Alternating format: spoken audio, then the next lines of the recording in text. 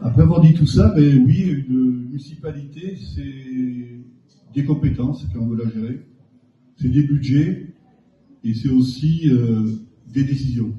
Permettez-moi d'aborder un petit sujet, et qui devient de plus en plus grand depuis quelques jours, sur un de nos projets phares au niveau de la campagne.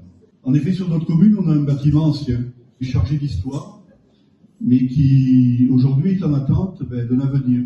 Ce projet, on en a parlé très tôt, je veux rassurer tout le monde, et je dirais qu'on en a parlé tellement tôt que d'ailleurs aujourd'hui, il a même influencé beaucoup de gens qui se présentent aussi au municipal, donc beaucoup de gens en parlent. Alors, tant mieux, je veux dire tant mieux, puisque c'est un compliment pour nous, ça veut dire que c'est un beau projet.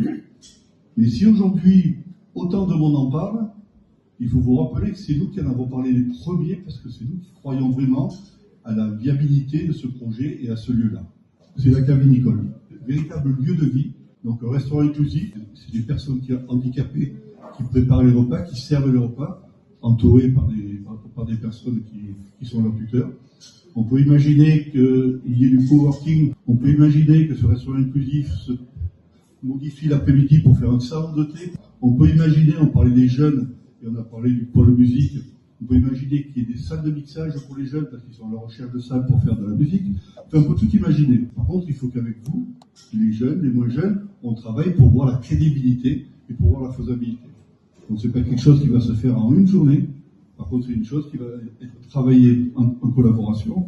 Et donc, il ne nous restera plus qu'à faire vivre aussi bien l'ensemble du projet que cette cave vinicole ensemble. Je vous remercie.